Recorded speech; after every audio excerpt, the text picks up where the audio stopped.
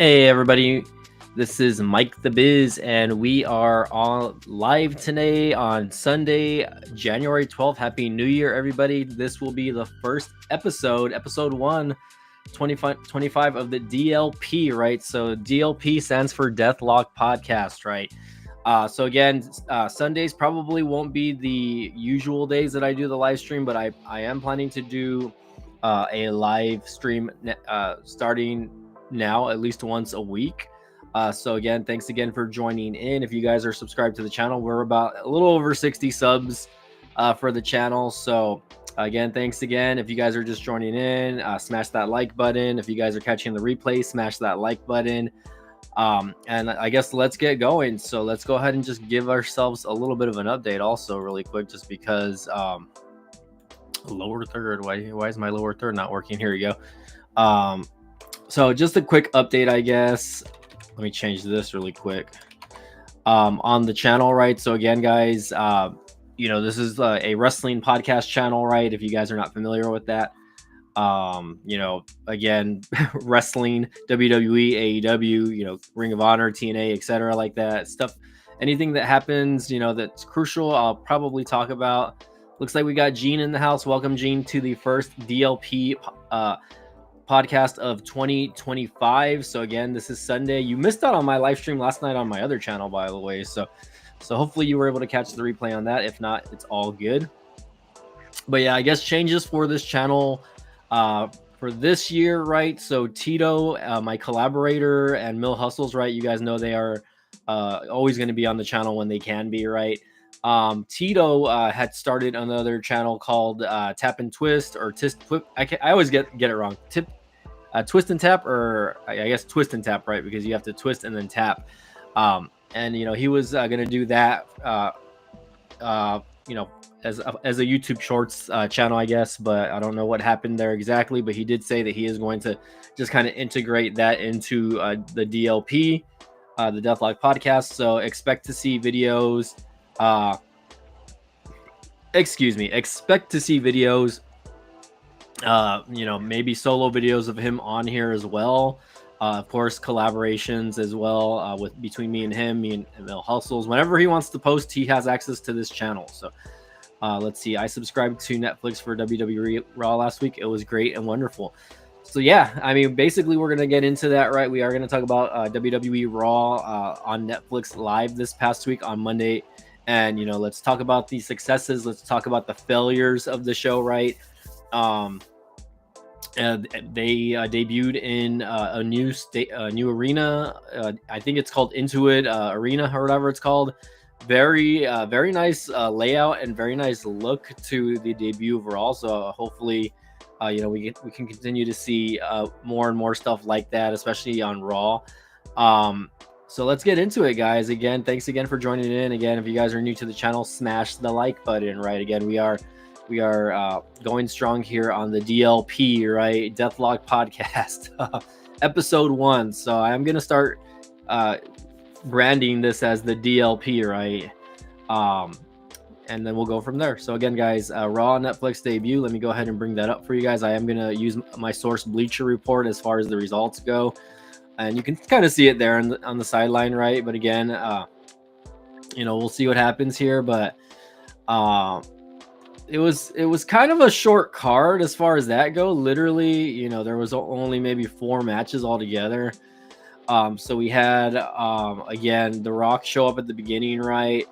But the only matches that really happened were again Roman Reigns versus Solo Sikoa, right? For the tribal combat. Or for the Ulafala, as far as that goes. Basically, whoever won that gets the leadership of the bloodline. You had the Women's World Championship, Rhea Ripley versus Liv Morgan. You had Jey Uso versus Drew McIntyre. And then, of course, you had Seth Rollins versus CM Punk. So, guys, 3-hour show. 3-hour show. 3-hour show. And we only had 4 matches, okay? That's pretty crazy considering. So basically you only had 1 world title appear on the match, which was again the Women's World Championship on that brand. You had Roman Reigns and Solo that are not even on on Monday Night Raw. They're on SmackDown. That's their show, but I guess obviously Raw wanted to bring in some bigger stars, right? Jey Uso versus Drew McIntyre, which that could have been on SmackDown, or I don't know. That could have waited, right? And then Seth Rollins versus CM Punk. So Seth Rollins and CM Punk probably like the biggest feud on Monday Night Raw going so far, with Drew McIntyre kind of lingering in the background because he is still very over. Into It Dome, there you go. That's what it's called. 3 hours, and SmackDown is now also 3 hours. Correct. So that's something we'll also get into. Maybe we'll do a little bit of a SmackDown review. But anyways, guys, so as you can see here, The Rock does start off Monday Night Raw. The Rock electrifies the universe, right? He gives his usual speech. The final boss, right? The Brahma Bull, the whatever you want to call him, the most electrifying man, right? He probably wasted about a good chunk of time, about 20 to 25 minutes, just jibber jabbing, not really contributing too much to it. Of course, everyone that was there probably was cheering because this was in LA, right? Rock is, a big movie star. So I personally didn't care for this segment. I was kind of hoping that we would get more heel heat on The Rock for this segment, but it just didn't go down. He was kind of playing into the crowd. He also, was shouting out his boy Cody Rhodes, which, last year he was basically doing the opposite, right? He was giving Cody Rhodes the beat down, and Cody Rhodes just wasn't, he was there in the crowd, no championship belt, nothing. Cody Rhodes was just literally chilling in the crowd, right? So nothing really too crazy to add to that. I thought The Rock was going to call Cody into the ring, maybe have like a face-to-face. Didn't happen. So kind of disappointing again. He was just, again, playing to the crowd. It really wasn't too crazy. He just thanked a lot of people, like, Triple H, etc. He did thank, again, Cody Rhodes for carrying the company on his back for the last year, which, it's kind of true, right? It really just didn't happen the way I really wanted it to, right? But again, he did also announce that that specific Monday Night Raw was the largest gated Raw, as far as like how much money they made in WWE history, which that's crazy. That I would feel bad going to like a Monday Night Raw or a live SmackDown now, because I feel like they're announcing a largest gate. That means that the tickets are expensive for these shows, guys. So I'm going to Saturday Night Main Event at the end of the month, and I was lucky to get my ticket under $200, but I'm really not excited about WWE live events going forward, because there is going to be less and less live events happening now, right? Which in a way it's good, but at the same time, the live events, were for people that are not able to, catch regular shows or televised events, right? So stuff like that. Anyways, Rock acknowledged Reigns as the only tribal chief also, which was interesting, right? Which, again, that kind of plays into the Bloodline storyline, right? Because, really, if you think about it, Rock was supposed to have a match last year with Reigns at WrestleMania, and it didn't go down. The fans kind of changed things, which in a way that's good. People wanted Cody to finish the stories, but that really was going to be the main attraction of last year's WrestleMania, and it just didn't play out, unfortunately. So again, it turned into Rock becoming a mega heel. So again, we move forward. Tribal combat: Roman Reigns versus Solo Sikoa. Nothing really special about this match, honestly. It was tribal. It was like, tribal rules, or whatever you want to call it. So it was like a no holds barred match. You had the same stupid stuff happen. You had Solo's bloodline coming out. You had a little bit of help I believe a little bit of help on the Roman Reigns side. I'm like spacing out. I'm like, did that even happen? Right? Did Roman Reigns get help? But yeah, he did get help from Sami Zayn and Jimmy Uso. So no help from Jey Uso, even though he was on the show,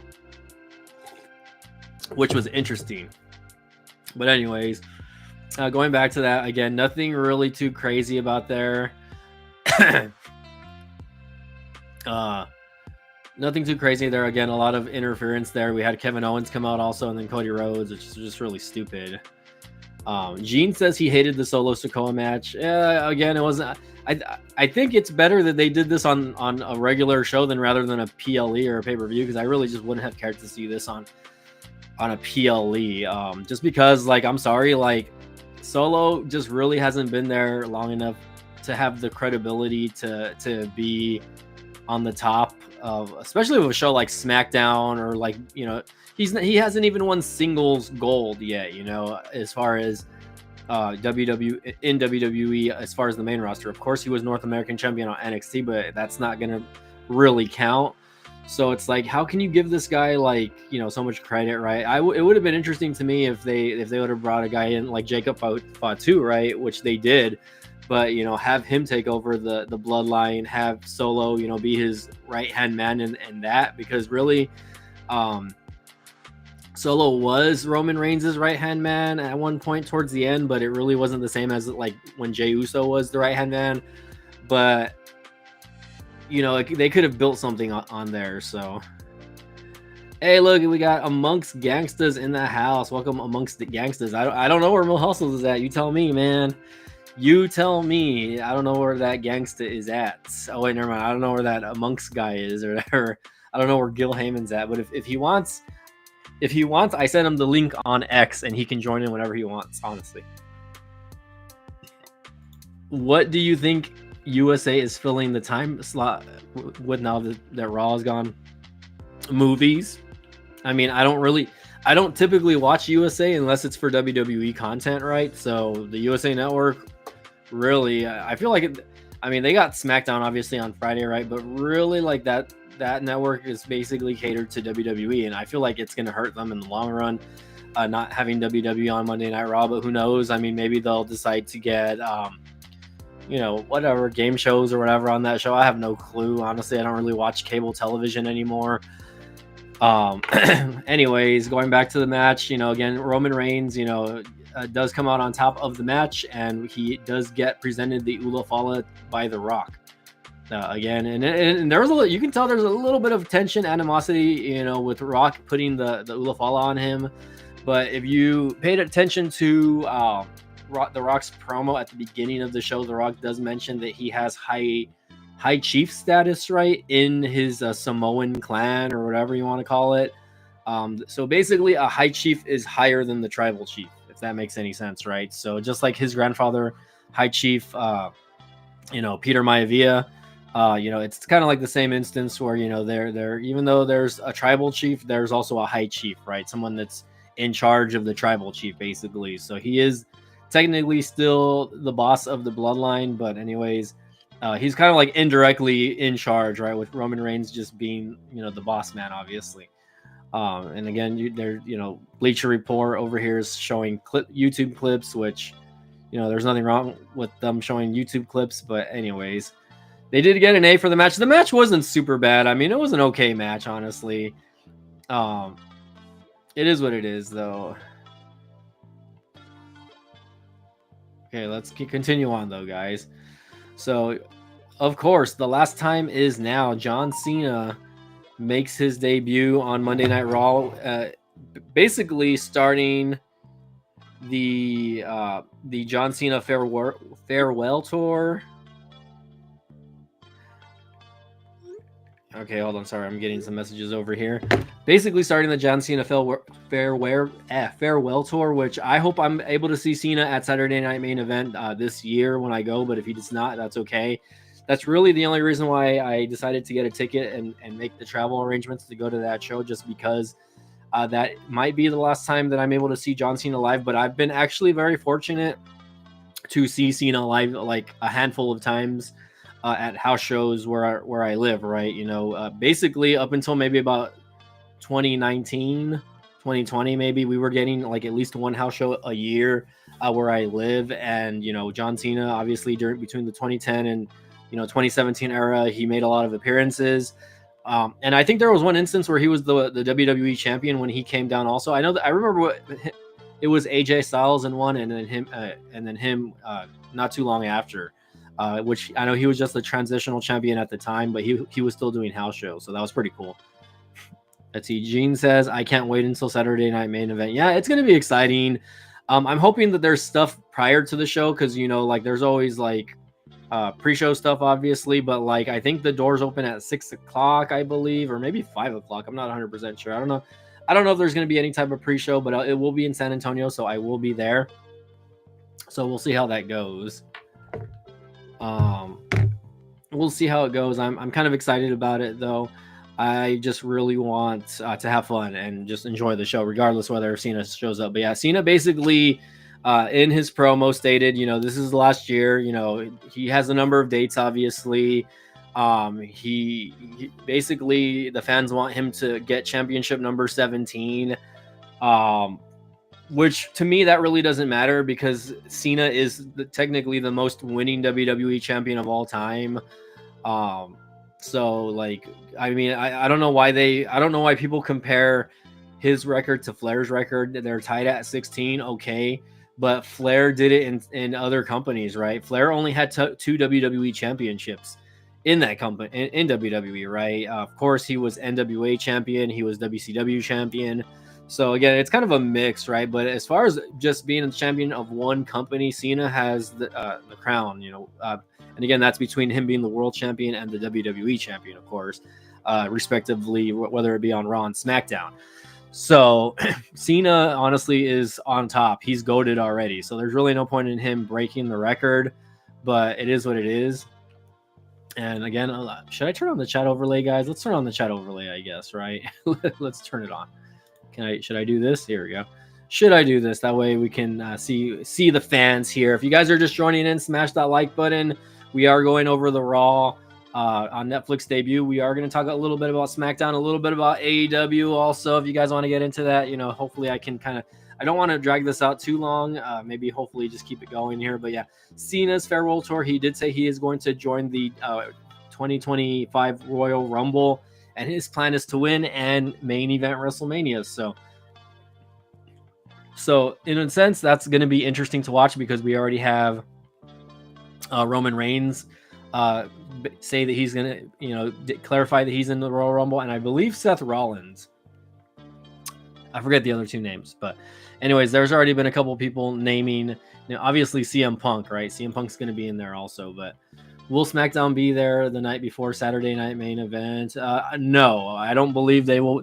If you think about it, they should have did something like that where they have like back-to-back shows in San Antonio, right? But no, they're not going to do the SmackDown there in San Antonio. I don't know if it's going to be in Texas, somewhere else or what, but we'll see. But yeah, Cena winning is a big possibility, right? He has won the Royal Rumble before, right? I think he's a 2-time winner. So we'll see what happens there. Again, I'm not holding my breath if he wins or if he doesn't. I'm just hoping that the year that he's here, it's a memorable year. If he gets a title shot, good. If he doesn't, I don't, it is what it is, right? We'll see what happens. So moving on. We have the Women's World Championship, Rhea Ripley versus Liv Morgan. So this was actually a very good match. I really enjoyed this match. Obviously, the history between these two has gone over the last year already. One of them hurt each other. They hurt each other basically, which both of them had been out several months due to injury because one of them hurt the other. Liv Morgan kind of getting into that spot where she is kind of the face of the women's division and stepping up while Mommy was out, right? Because, I mean, if you think about it, Rhea Ripley, she's still probably, even though she was out with injury, she probably was still the most over female wrestler in the company. Everybody loves her character, and not just her character, but she can go in the ring, right? She's probably one of the more dominant female wrestlers of her era. And she's fun to watch, right? Again, if you've seen the matches between these two, like the one at SummerSlam was so good. Also, I really enjoyed the SummerSlam match where, fortunately Dom doubled up on being a heel and he went mega heel. And then, she ended up winning the title back, or retaining the title, at least, because that's when Mommy had come back and Liv was still the champion. But anyways, it went back and forth. There was a lot of good little spots here. Mommy did win the championship, though. She did win the title back after many years, or not many years, many months of kind of going back and forth with Liv Morgan, and now she's back on top like she always was.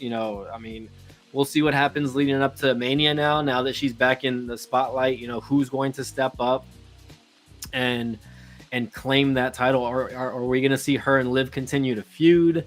over the next few months until WrestleMania. Like, what are we going to see, right? Is Daddy Dom still going to be with Liv? You know, what's happening to the Judgment Day? Judgment Day's kind of been like on the edge, right? So we'll see what happens there. Gene is saying, do you think CM Punk could main event at WrestleMania Vegas? It is a very high possibility. One, because Paul Heyman owes him a favor, right? So when Paul Heyman owes somebody a favor, you know he's gonna do the favor, right? Especially because him and CM Punk are basically best friends in real life. But anyways, let's see. Let's read some comments here by Gene. Yes, Liv Morgan and Rhea Ripley's match was great. I love that match. And then she met The Undertaker. Yeah, so I did expect a few people to come out, right? Undertaker being one of them, because Undertaker was on the first Raw. I was actually expecting to see like more legends on the show. You know, the people that maybe might have been on the first Raw. But unfortunately, no, you really only got The Undertaker and Hulk Hogan as far as like WWE legends. And retired Hall of Famers, etc., like that. We really didn't get much else. We didn't get no Mick Foley's. We didn't get, whoever else made the show famous. We didn't get Stone Cold, right?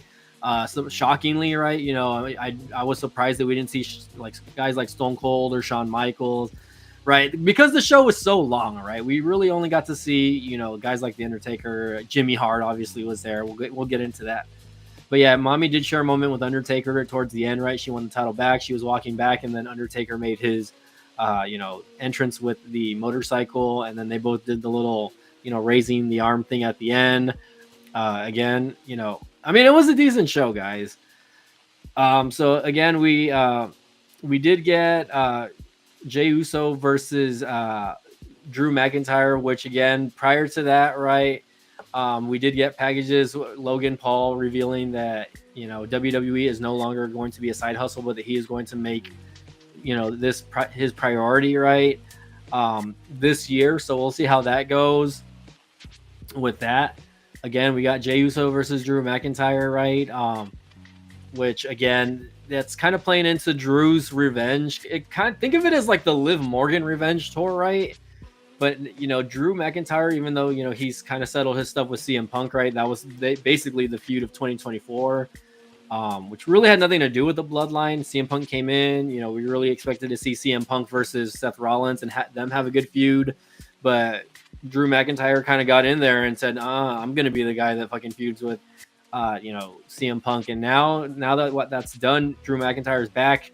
He kind of interjected himself with the bloodline story a little bit. And, we do have, he already beat Sami Zayn a couple of times, and now we have him versus Jey Uso again. Not really a very forgetful match. I really didn't show any interest in that, but it was interesting though that Jey Uso did get the win on Drew McIntyre. Right, there's kind of been going like back and forth.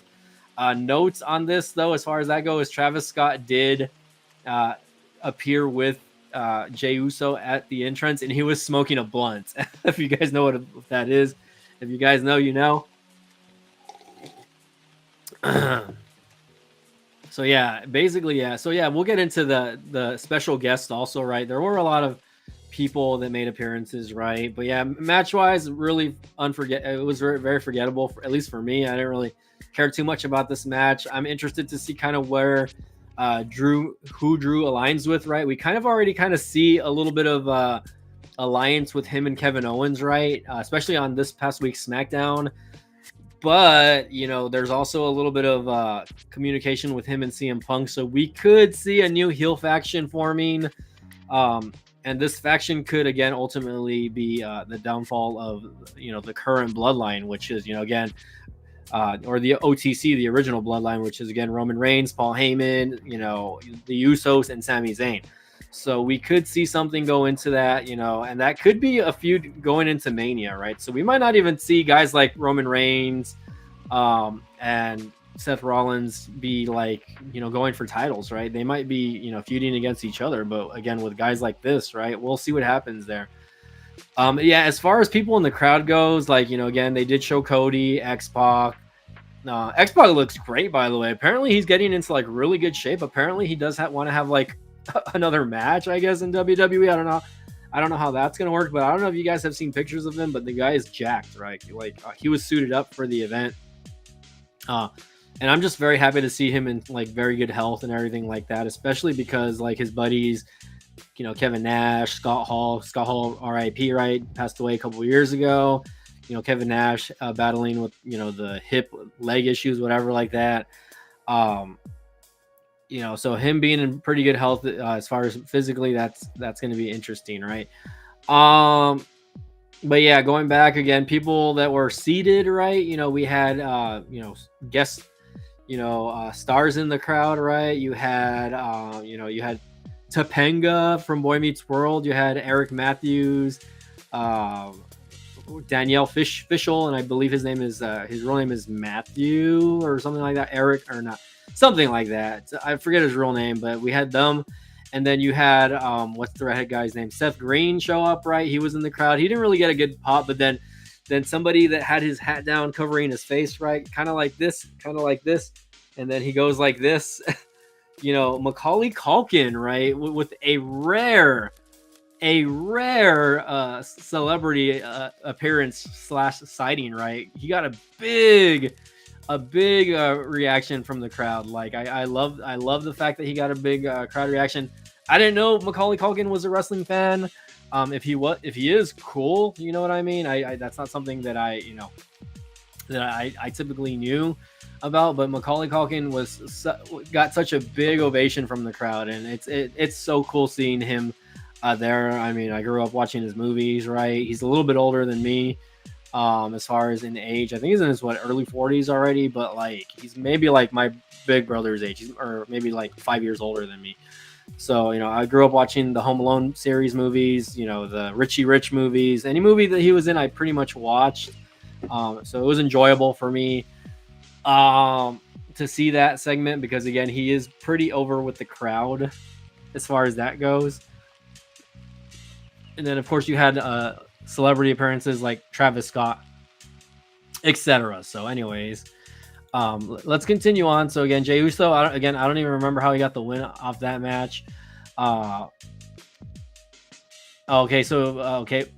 Uso ultimately caught McIntyre with a crucifix pin for the 3, which basically it's like he kind of rolled them up a little bit, but a crucifix pin is when he wraps he kind of trapped both of his arms under it's kind of hard to explain, but anyways, it looks like McIntyre lost with a very easy move, basically, right? It wasn't like he didn't even get a finisher, right? He just got a crucifix pin due to a distraction, I believe. So but anyways, Uso defeats McIntyre. That's how it went. And then we get the main event, right? Which again, main event happened. CM Punk versus Seth Rollins. Again, this was another A-tier match, in my opinion, right?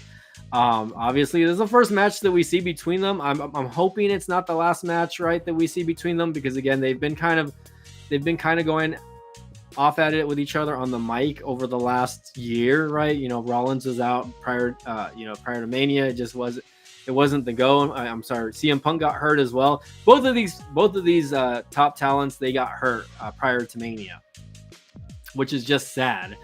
Because who knows what could have been, I guess, if I think the original plan for Mania was to have Punk beat Rollins at Mania. Unfortunately, that didn't go down, but that was probably the original plan. And again, after Mania, Drew McIntyre and CM Punk kind of got interjected with each other, and that was basically the feud for the rest of the year of 2024 with CM Punk. Rollins kind of just kept his distance. He was doing his own thing. He got involved with Bronson Reed.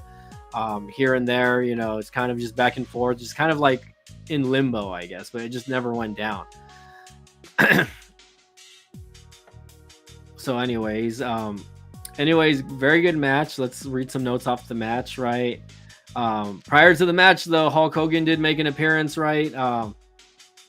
Which, again, the LA crowd booed the crap out of Hulk Hogan. And I don't know exactly. I can't really say why. I mean, obviously Hogan has done some things and said some things over the years that has upset a lot of wrestling fans. But in any case, right, Hulk Hogan is still a very, a huge legend in the industry. I'm not that big of a fan. I never really was a big of a fan growing up of Hulk Hogan, right? You know, especially in WCW. He was a mega heel in WCW. But anyways, that's not nor here or there. Um, Hogan though got a lot of heat from the crowd, and I think about it, and I was like, man, maybe because it's California, and Hogan, he was representing Donald Trump. Again, I don't want to get into politics too much, but Hogan did get it. Hogan was helping Donald Trump in his campaign. And I was like, was that the reason why? But no, because The Undertaker did the same thing. The Undertaker had, him on his podcast, and, he interviewed Trump, him and Glenn Jacobs, Kane, and they endorsed them, right? Undertaker and Kane endorsed Trump. They voted for him, right? They're very verbal about that, right? So I'm just like, okay, why didn't Undertaker get a lot of heat, right? And Hulk Hogan did, right? So it might not just be a political thing.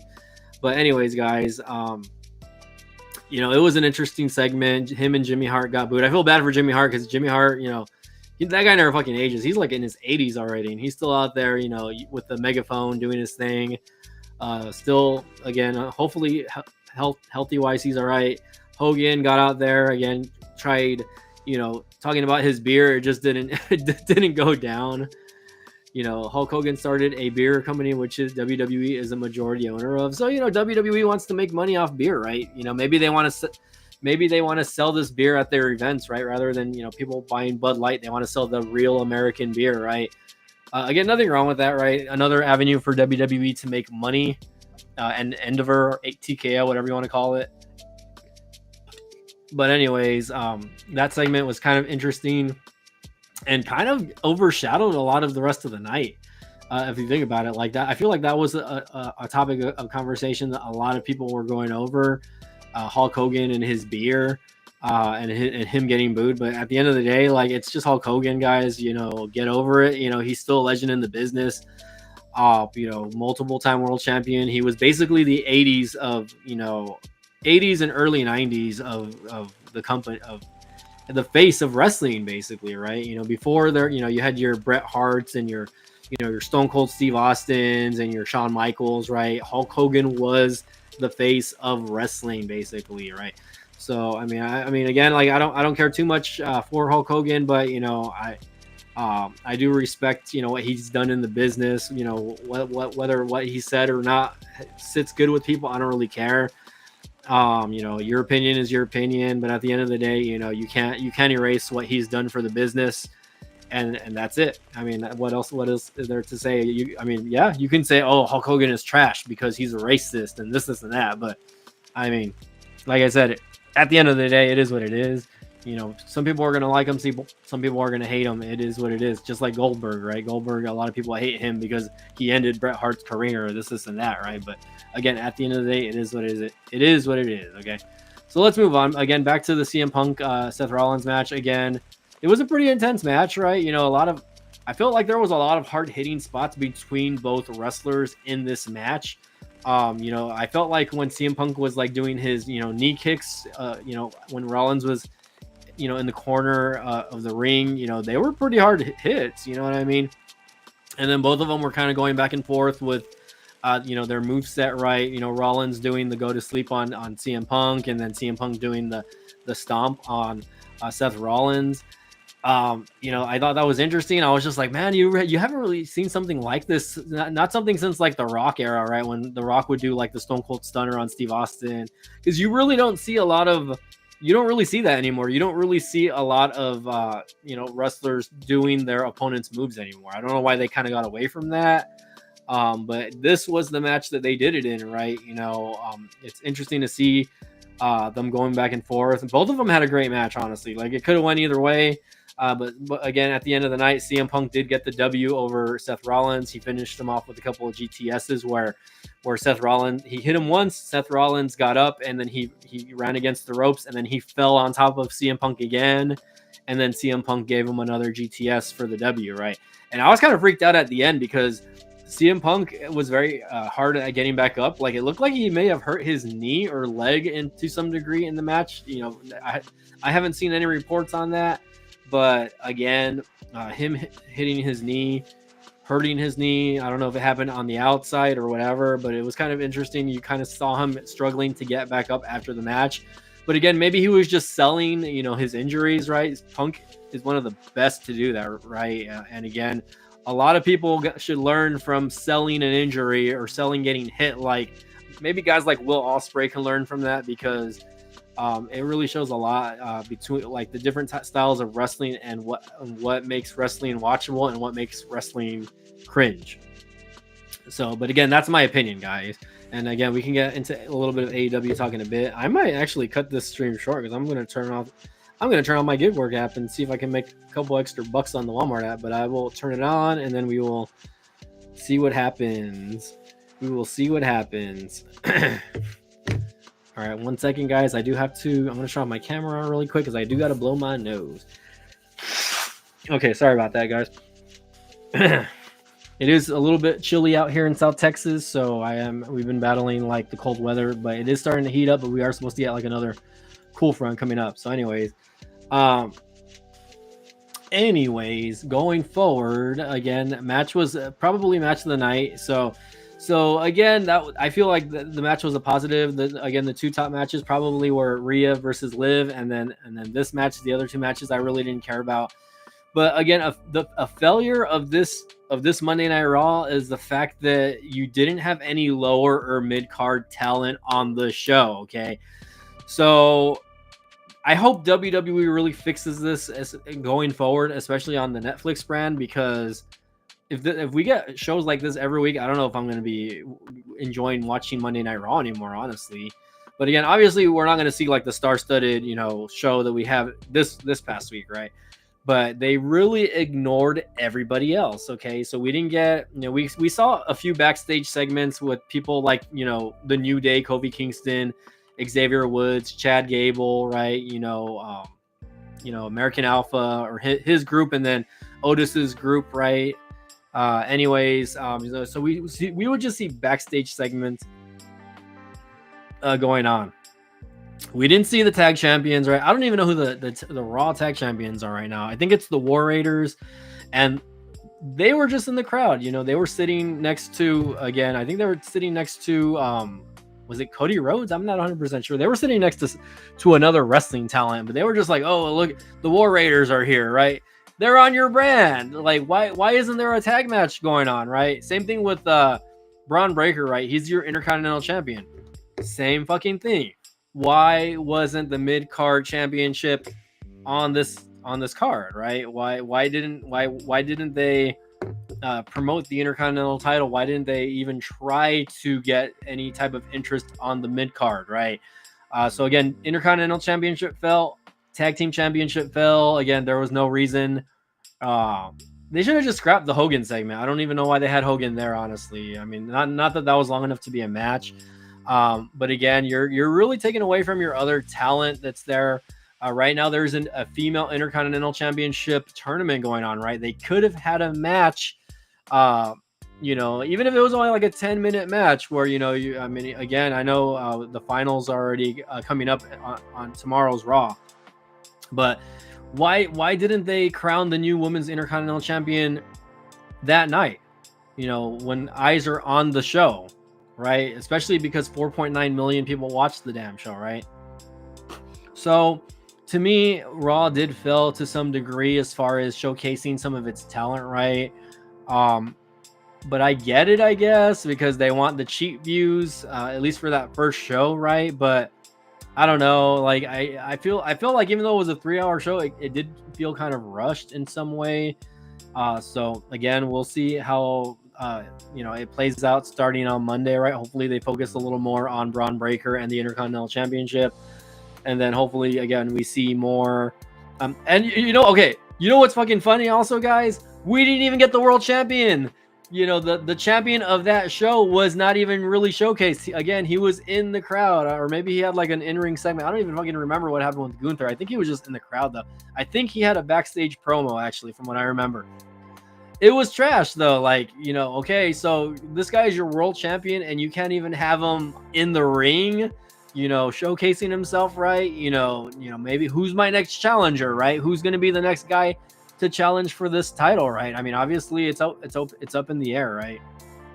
Let's read some comments here from from Gene. He says they also showed this past Friday on SmackDown WWE President Nick Khan and Triple H in the seats. Wow, interesting. I loved that match, but in the first pre-show after Raw, Punk won, and he talked about that. Okay. Let's see. Oh, yeah, I forgot there was a post-show afterwards, which I don't really care about post-shows, if I could be 100% honest. I think WWE worried about hyping Raw on Netflix than the matches on Monday Night Raw. Yeah, like, it was just all hype and just crap segments, you know what I mean? Like, have some fucking matches, you know what I mean? And no, they don't have to be, like, long-ass matches, you know, but, like, the show itself, there was limited commercials.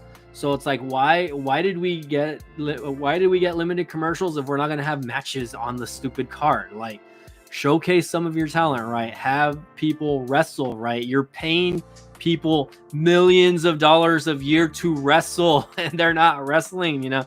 And again, I don't know. But this could have easily at least been like a 6-match card, right? They would have had 4 matches, but you could have had 2 matches every 30 minutes, you know what I mean? Or it could even stretched out to 7 matches, right? It just didn't happen, right? I mean, it's a 3-hour show, guys, and yes, we do know that Netflix will be flexible as far as, you know, its timing goes. So they could actually go under the 3-hour mark if they want. They can go over the 3-hour mark. According to Triple H, I did see an interview with him talking about that. So again, we'll just see what happens on that, guys. But that will end the Raw, I guess, the Raw review for this portion. Let me know what you guys think as far as Monday Night Raw, your opinions, etc. I would really like to get your thoughts and opinion on. I mean, obviously Gene's the only one here, but if you guys are watching the replay, comment in the towel section down below. Again, we can get into AEW a little bit right before, you know, we sign off. I wasn't really planning to stream for like not more than an hour. I've already been on for 42 minutes, but we can talk about AEW, right? So AEW also kind of started off with a bang this year, right? You know, they had, I think their pay-per-view Wrestle Dynasty or whatever, and they were collabing with New Japan on some stuff this about a week ago. But they also debuted on Max, so now you can watch AEW on TBS or TNT, and you can simultaneously watch Dynamite on Max. I don't know if that applies to Collision also. I'm not 100% sure, but again, it is, you know, we are able to watch it. So if you don't have access to cable, you can literally watch AEW on Max. There were no reported numbers as far as what they did on Max. When I first saw the first Dynamite on Max, they weren't even like putting it on the homepage, guys. You actually had to search AEW to find it, right? Which is very pathetic in my opinion, you know, that not even Warner Brothers Discovery is trying to showcase their, you know, this show that it is supposed to be a live show debuting on your show. So I don't know what happened with that. That might change in the future, right? At least Raw, right? You know, on Netflix, they on the little banners or whatever, they were promoting Raw, right? They had been promoting Raw for a while. And Max kind of dropped the ball on AEW, right? So let's see what Gene is saying about AEW. I think AEW is going downhill to shut down a brand. Now they only have 2. So yeah, they really dropped the ball with AEW Rampage. I knew it was only a matter of time also before Rampage was going to be taken off the air, because it really wasn't doing anything for them. I feel like they could have rebranded Rampage, maybe, you know, maybe focused on Ring of Honor instead. Maybe they could have called it ROH Rampage instead or something like that, and focus on the Ring of Honor talent, because again, you know, they were already doing that to some degree, right? So why not just rebrand it and have Warner Brothers just kind of work out a deal with you and their Ring of Honor guys instead, right? Because Ring of Honor still really doesn't have a show.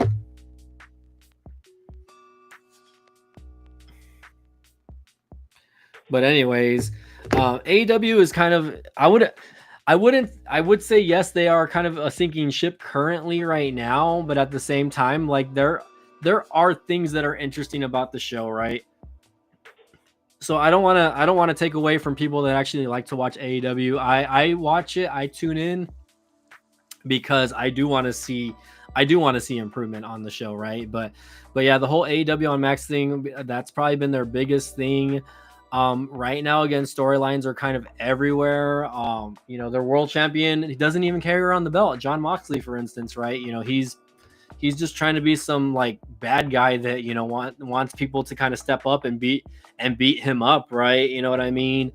Him and his crew with Claudio and whoever else, right? Mina, or not Mina, I forget the girl's name. Marina Shafir, and then the guy with the little skinny guy with the beard. And Pac, who was in Death Triangle right now. Who Death Triangle was always feuding with like Moxley and the BCC. Now he's suddenly a part of the Death Riders, right? That's pretty stupid. But anyways, it's just all over the place, guys. You have Edge mostly on Collision or the Cope, right? He's catered as one of their bigger stars, and it's just has not been happening for that company, right? They're not really getting any type of ratings boosts with him being there, and him being on Collision, him kind of unifying himself with FTR. Just again, like I said, it's not really something that I'm enjoying watching. I'm just like, Edge was feuding with the House of Black. Before his injury, he came back, and now suddenly he's feuding with like Jericho and his crew, which again really doesn't make any type of sense. But then they also got involved with the Death Riders at the end of Collision this past week. Again, it's just been kind of crap. The women's division, I really literally do not care about the women's division. Again, nothing against the current AEW Women's Champion, but she just hasn't been kind of a face long enough to or has not been there long enough for me to care. Basically, I even forgot her name. Mariah May, I think that's her name, right? She kind of had that little thing with Toni Storm, or timeless Toni Storm. But the thing about that is Toni Storm was the most over female on their roster, and then once she beat her for the AEW Women's Championship, Mariah May really hasn't done anything, right? I think the last feud she feuded with was Thunder Rosa. And Thunder Rosa, I feel bad for her because I feel like she is kind of like the workhorse of the women's division, right? She does wrestle a lot. She's putting herself out there to put herself in the title picture, right? And it just really hasn't worked out for her. I kind of sucks because when she was the women's champion, she got injured, and she never lost the belt, right? But ever since she's come back, she's already had a couple of shots at the women's championship, and Tony Khan just isn't pushing for her. I don't know why he likes tall blonde chicks instead, I guess. But not even like Britt Baker, right? Nothing. I mean, not that I want to, promote Britt Baker or anything like that. But Britt Baker came back for a couple of seconds, gone again, right? She's not there anymore. You have the TBS championship with Mercedes Moné, which really nobody cares about. She has basically a worthless chunk of gold.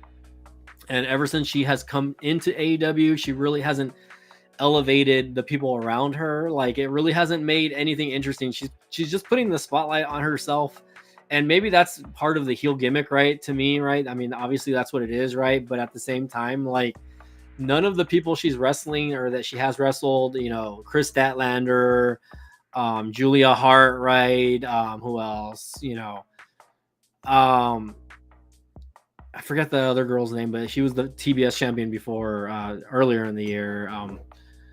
Anyways, the other girl, I forget her name. Anyways, they're just really aren't doing anything, right? So it's just like the female division, it's kind of just like right now.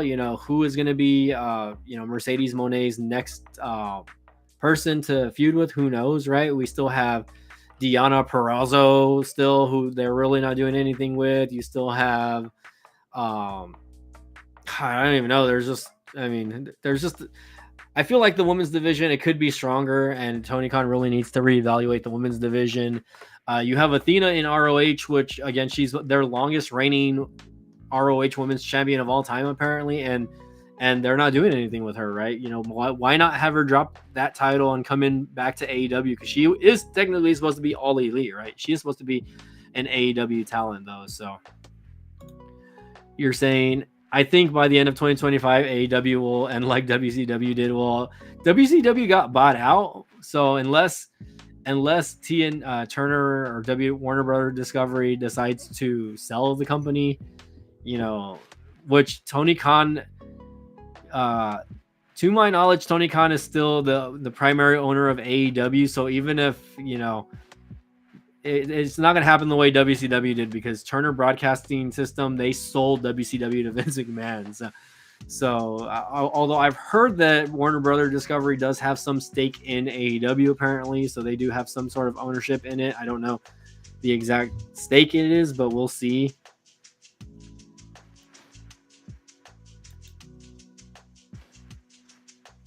You said, I always forget that AEW is on and Excalibur is the AEW announce team. Yeah. So that's another thing about one thing I really don't like about the announce team. I feel like it's not very consistent because they have so many people on the announce team, right? Obviously, Excalibur is like the main guy. He has been since kind of like the first year. It was supposed to be JR, but JR's health kind of declined, right? So we were actually supposed to have like JR and Tony Schiavone, and then Excalibur stepped in. So you have Excalibur, Taz, and Tony Schiavone usually on Wednesday night, and then on Saturday night you usually have Tony and Nigel McGuinness, right? But it's just been kind of back and forth with their commentators. It hasn't really been consistent, and it's just not good. Whoa, what's going on? Can you guys hear me? Hold on. I don't know why the music in the background kind of started like. Let me turn it off really quick. Let me mute it. Can you guys hear me okay, though? Let me know if you can hear me okay. So, I mean, it just hasn't been interesting. There really hasn't been consistent, the show itself. You have MJF, who just has really been in a bunch of like dumb feuds ever since he came back.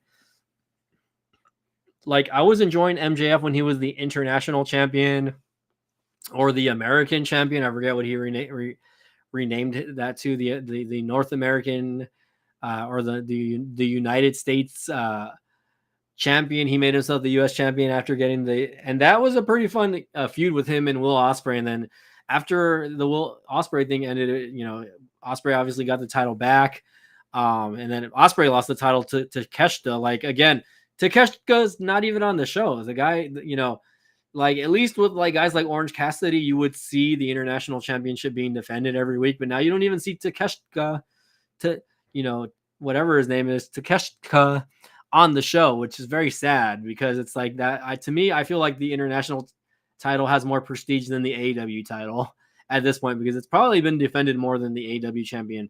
And then you have the TBS title, Danny Garcia. Who the fuck gives a shit about Danny Garcia? Again, not to knock on Danny Garcia, right? I mean, I'm not trying to take away his accomplishments or anything, but who really cares to see Daniel Garcia, right? I'd rather see Mark Briscoe as the TBS champion, right? He's super over with the crowd, right? Why don't you have a guy like that win the TBS championship, right? And then the tag team champions, right? Private Party, again, a couple of young guys that got the titles. Obviously, they got the titles off the Young Bucks. Nobody cares, though. Like, they haven't even been on wrestling on TV since they won the championships a couple months back, right? And it's hard to keep up with, right? I feel like it's not consistent because they just have a bunch of random matches. They don't really care about the story. AEW just doesn't really follow up on the stories as well. There's no consistency when it comes to the stories. I feel like Tony Khan really only cares about his main people, which are guys like Will Ospreay, MJF. Chris Jericho is just doing whatever the fuck he wants, by the way. I don't know what's going on with Chris Jericho and his learning tree. He is technically the ROH champion right now, I believe. But, he's back and forth between Dynamite and Collision, and there's not really any consistent story going with him right now. His character is annoying. He's not elevating the talent that he wrestles against, right? I feel like everyone that he's wrestled against, he has buried all of those talents, or anyone that he's worked with, right? The inner circle, the JAS, right?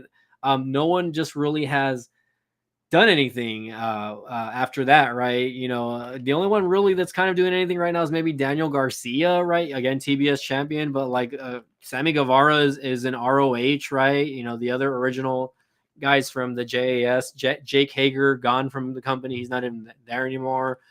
Matt Menard and the other guy. Matt Menard's mostly on commentary now.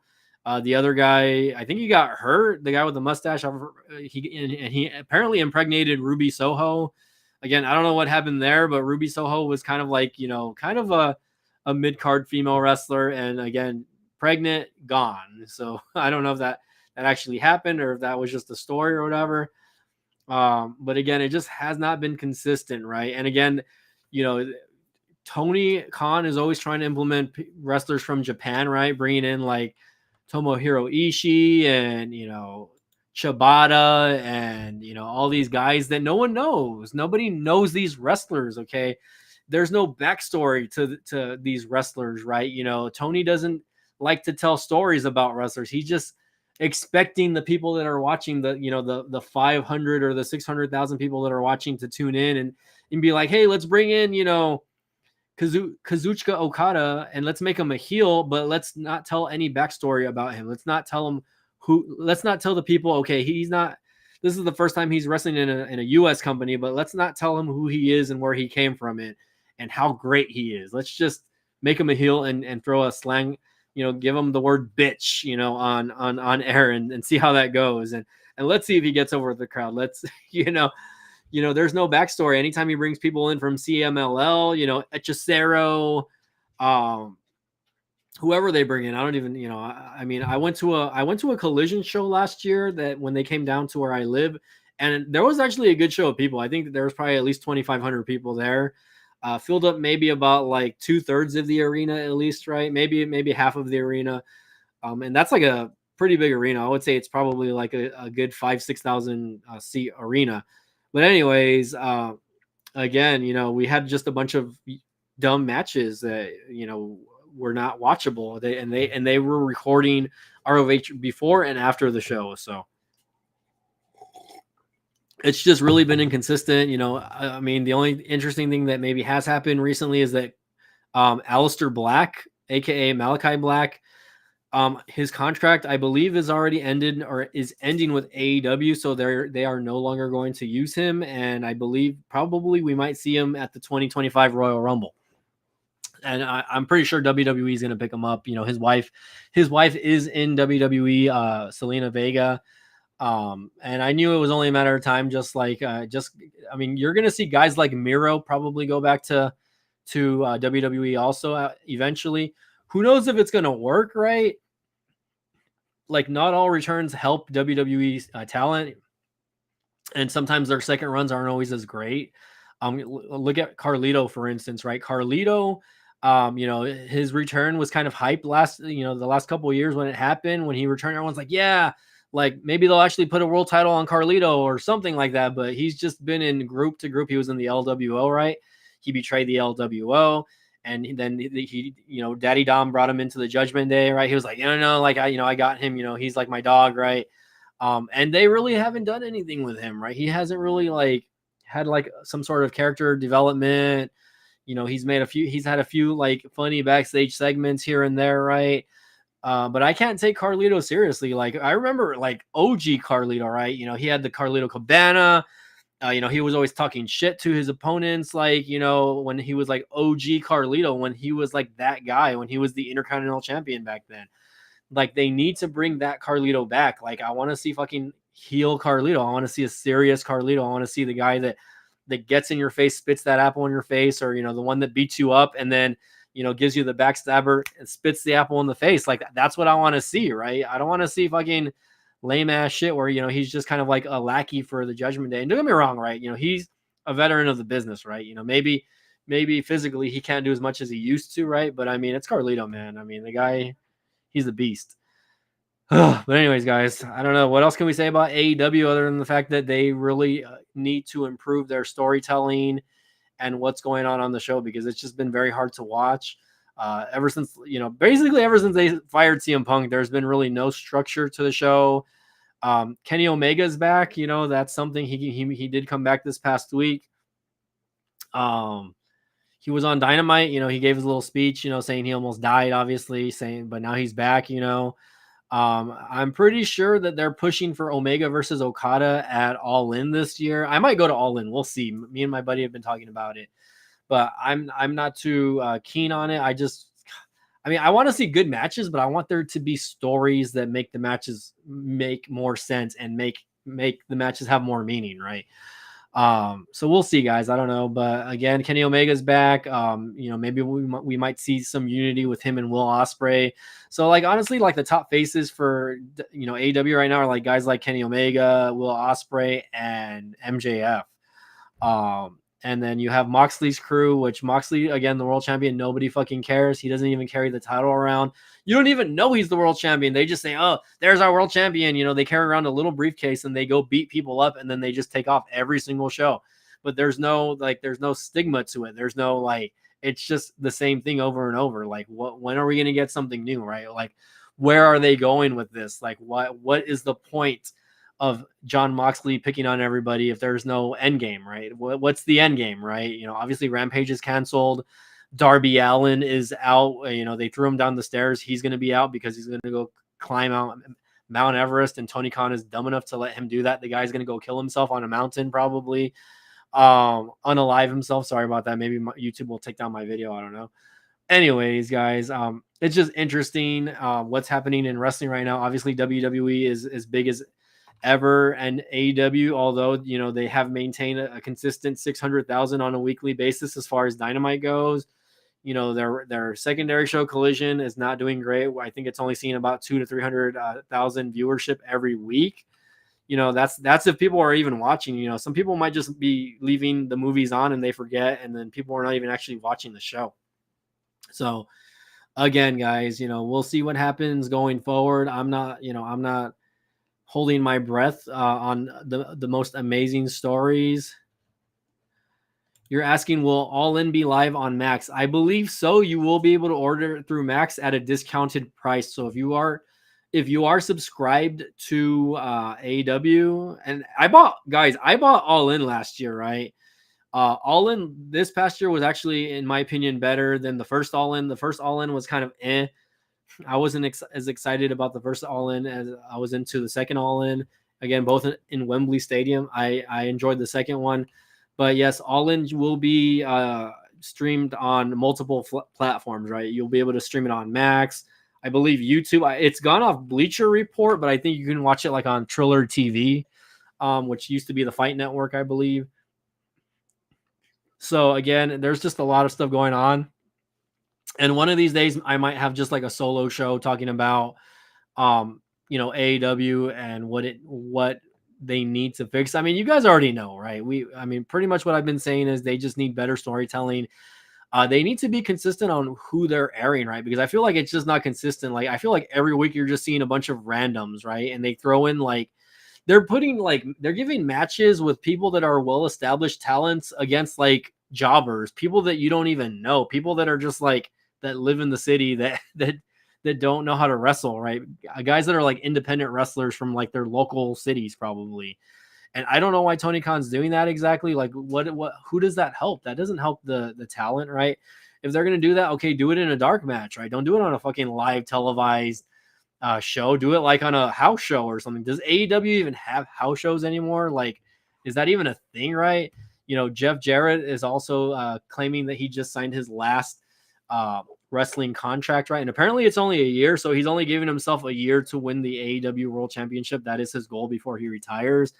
So just a bunch of it's just a bunch of here and there. I don't think anyone wants to see Jeff Jarrett win the AEW title. If it happens, it's going to be at All In. That means he's going to have to win the Owen Cup, and then he's going to have to face whoever at the time is the world champion. So just a bunch of nonsense, guys. We'll see what happens, though. I'm going to go ahead and kill the stream, guys. We already hit an hour. So again, thanks again for watching. You guys have a good rest of your Sunday. If you guys